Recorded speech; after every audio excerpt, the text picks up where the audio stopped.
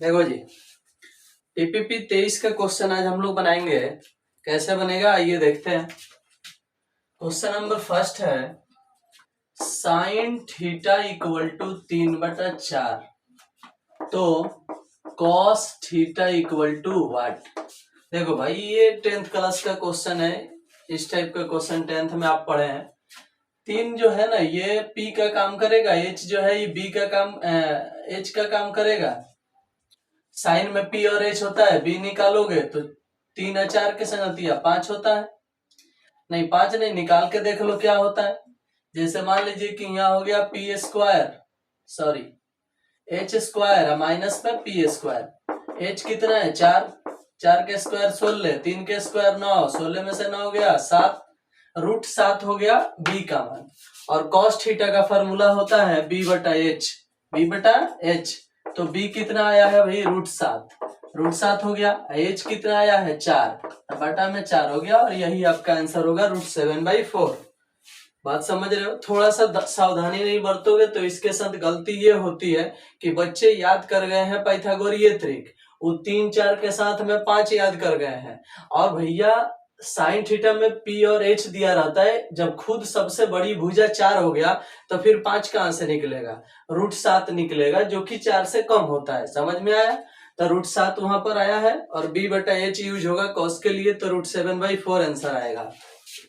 Question number 2 देखिएगा, लिखा है cos inverse √1 minus x square. ये तो फार्मूला होता है साइन इनवर्स एक्स का।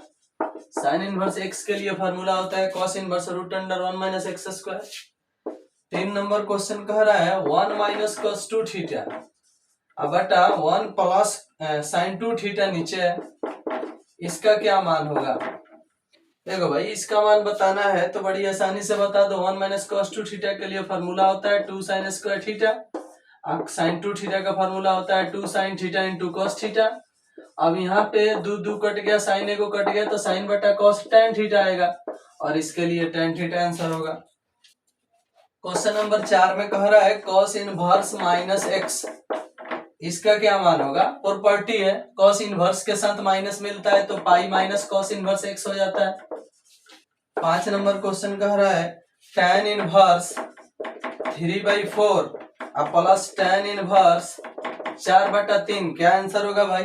देखो tan inverse 3/4 plus tan inverse 4/3 आया है, इसका आंसर बनाना है तो tan inverse x plus tan inverse y के रूल पर बनाएंगे।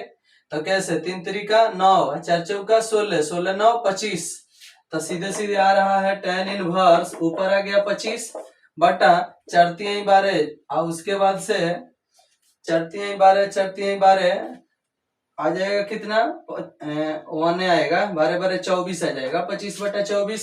इस तरह से 0 आ जाएगा तो इन्फिनेटिव हो जाएगा, π/2 आंसर होगा इसका। इस तरह से यहाँ बटा के नीचे 0 आ जाएगा।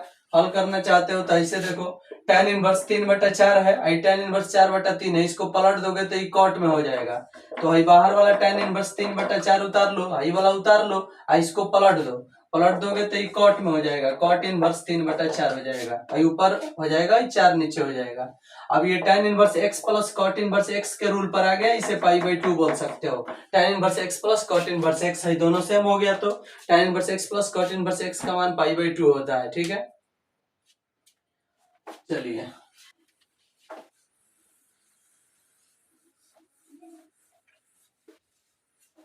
अब आगे देखिएगा। क्वेश्चन नंबर 6 कह रहा है, question number 6 cot inverse cot 2π/3।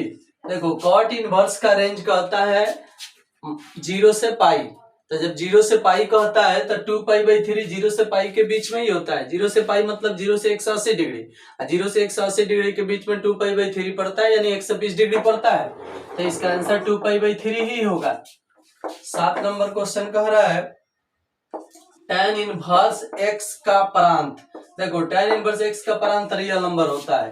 tan inverse x, यहाँ x कुछ भी चलेगा, tan में p/b होता है, कोई बड़ा कोई छोटा, ऊपर नीचे कैसे हूँ, बड़ा छोटा कुछ भी होगा, यानी माइनस इन्फिनेटिव से प्लस इन्फिनेटिव सब चलेगा, तो यहाँ रियल नंबर होता है। 7 के बाद 8 नंबर देखिएगा। 8 नंबर में लिखा है tan इनवर्स -1/√3, इसका क्या मान होगा? tan में -1/√3, भैया tan का माइनस बाहर होता है, 1/√3 30 डिग्री का होता है, तो π/6 आंसर होगा, -π/6 इस तरह से। उसके बाद देखिएगा 9 नंबर क्वेश्चन में cos sin inverse 1/5 plus cos inverse 1/5 बराबर, देखो sine inverse x plus cos inverse x बराबर होता है π/2। अब बाहर cos लगा है तो cos π/2 यानी cos 90 का मान 0 होता है, इसलिए इसका आंसर 0 होगा। ठीक है, क्वेश्चन नंबर 10 देखिएगा, थोड़ा सा तो सोचना है। Sine inverse x plus cos inverse x बराबर होता है π/2 और cos π/2 का मान 0, क्योंकि दोनों सेम सेम है, तो ये तो sine inverse x plus cos inverse x का रूल फॉलो करेगा। π/2 हो गया और cos π/2 का मान 0 होता है। 10 नंबर क्वेश्चन करें, माइनस लॉग x का क्या मान होगा? हर कोई जानता है माइनस अंदर जाएगा तो ये पलट जाएगा, log 1/x हो जाएगा, ये वाला आंसर होगा। ठीक है, इसके बाद क्वेश्चन नंबर 11 देखिएगा, लिखा है रेखा 3x प्लस में 2y प्लस में 5 बराबर 0 का ढाल बताएं। फॉर्मूला होता है -a/b, x का गुणांक ऊपर और y का गुणांक नीचे, बाहर लग जाएगा माइनस, यानी ढाल हो गया आपका -3/2। x का गुणांक ऊपर y का गुणांक नीचे, माइनस लग जाता है, -a/b फॉर्मूला होता है। ठीक है, fx का जैसे हमें x के गुणांक 3 है तो ऊपर हो गया, y के गुणांक 2 है तो नीचे हो गया। ई ढाल का सूत्र होता है अगर समीकरण दिया रहता है तो, x के गुणांक ऊपर और y के गुणांक नीचे, बाहर लग गया माइनस। 12 नंबर क्वेश्चन कह रहा है fx equal to log x। ठीक है, अब कह रहा है कि 0 से इंफिनिटी में होता है कौन चीज, वर्धमान होता है कि ह्रासमान होता है? देखो log x का dc करोगे, dc तो आएगा 1/x, और 1/x जो है, x का मान अगर 0 से इंफिनिटी पुट करते हो, कभी भी 0 से लेकर के इंफिनिटी के बीच में कभी भी रखोगे तो ये निगेटिव नहीं हो सकता है। 0 से बड़ रखो और इंफिनिटी से छोटी या कुछ भी रख के देखो, ये हमेशा पॉजिटिव आएगा। तो जब ये हमेशा पॉजिटिव आएगा तो ये वर्धमान होगा। कौन सी होगा भैया? वर्धमान होगा, एनसीईआरटी का क्वेश्चन है, इसलिए इसका आंसर वर्धमान फलन होगा। ठीक है, 13 नंबर में कह रहा है कि रुको मिटा लेते हैं बोर्ड तब फिर बताएंगे।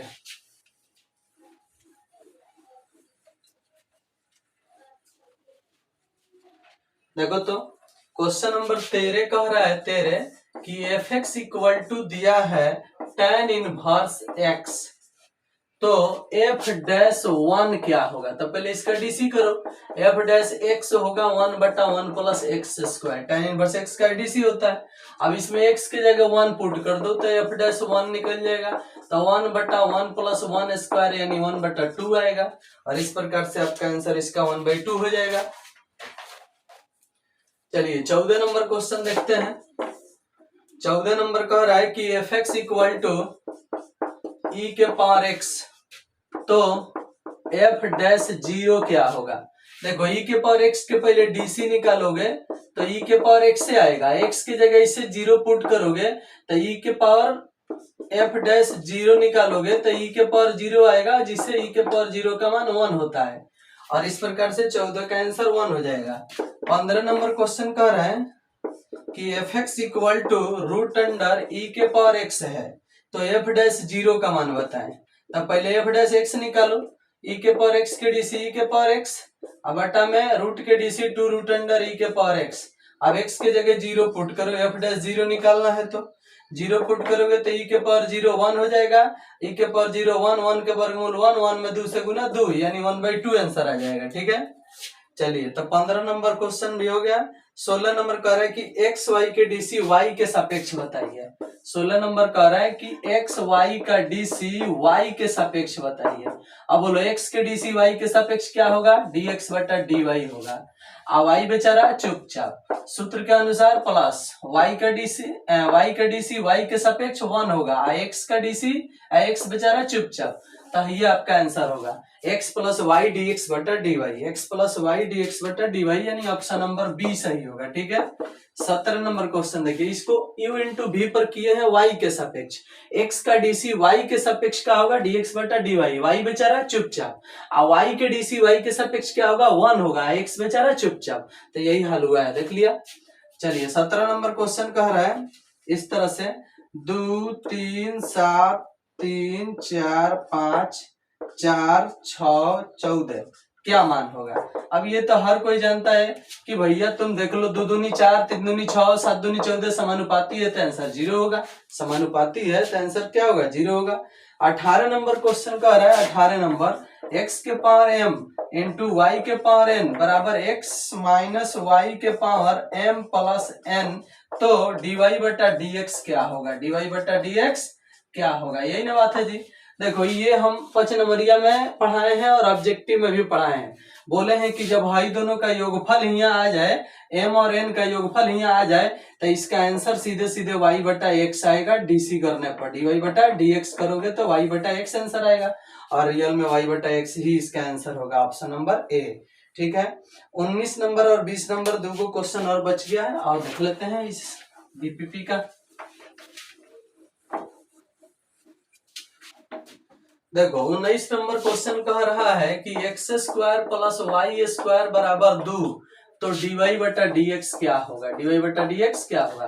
देखो x स्क्वायर का डीसी 2x होगा, y स्क्वायर का डीसी 2y इंटू dy बटा dx होगा, 2 का डीसी 0 होगा, हाई बराबर के उधर भेज दोगे तो 2y इंटू dy बटा dx आ जाएगा, बराबर में माइनस 2x हो जाएगा, 2 से 2 खत्म, x ऊपर y नीचे तो dy बटा dx का मान आ जाएगा कितना माइनस x बटा y और यही आपका आंसर होगा। ठीक है, उसके बाद 20 नंबर क्वेश्चन जो है अंतिम क्वेश्चन y इक्वल टू ई के पावर x, इसका डीसी करोगे तो क्या आएगा बताओ भैया। dy बटा dx करोगे तो ई के पावर x के डीसी ई के पावर x से आता है, लेकिन अगर ई के पावर x कहीं ऑप्शन में नहीं होगा तो उसके लिए हम बोलेंगे कि y ही इसका आंसर होगा, क्योंकि ई के पावर x का मान किसके बराबर है y के। तो हाई ऑप्शन में हो तो ठीक है, ना हो तो हाई तो जरूर होगा, y इसका आंसर हो जाएगा। ठीक है, तो इस प्रकार से हम लोग क्वेश्चन नंबर 20 भी बना लिया और ये डीपीपी खत्म हुआ। नेक्स्ट डीपीपी का इंतजार कीजिए।